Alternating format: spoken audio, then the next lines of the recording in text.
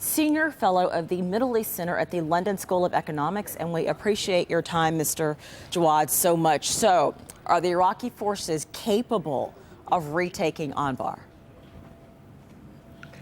Well, this remains to be seen. I think the first step, as your correspondent said, is to secure the supply, the line of supplies, and retake some roads, main roads, and major villages, strategic cities, villages around Anbar.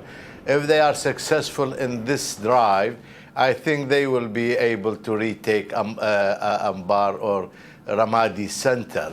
But if they fail in this drive, I think it will be very difficult for them to do anything. What role do the Iraqi people play in this?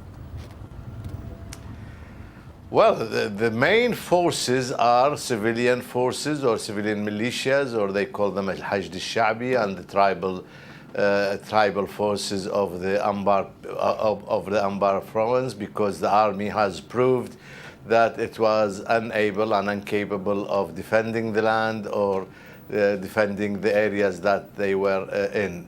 So I think it's mostly popular rather than armed forces battle. What role does the U.S. play in this?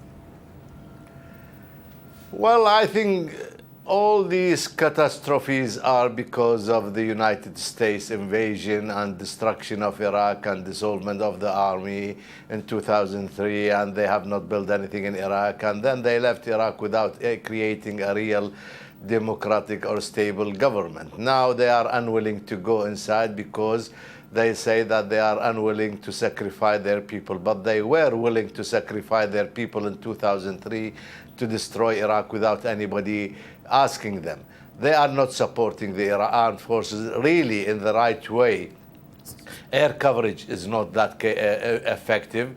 Air strikes, as Mr. McCain himself said, are not that effective. The so supply do you think there should be U.S. ground slow. troops? Well, I should think not only that, I should think the United States should do whatever it has in her power in order to restore the Iraqi state and stability and security in this country. All right, before I let you go, one final question that has caused a lot of uproar the past couple of days is Defense Secretary Ash Carter saying that the Iraqi people are the ones that don't have the Iraqi forces are the ones, rather, that don't have the will to fight. How damaging is that type of rhetoric back and forth between the Iraqis and the U.S.? Well, this was a source of, criticism and counter-criticism by the Iraqi government and the United States. I think the Iraqi government is not satisfied at all with this declaration. Mr. Biden yesterday tried to play down this declaration and said that the Iraqi army and armed forces are fighting and they have the capability. But I think to blame the Iraqis for what is happening is unfair, because, as I said, it was something created by the United States, and they have done nothing, or they haven't done the right job in that matter. Professor Saad Jawad with the London School of Economics, thank you very much.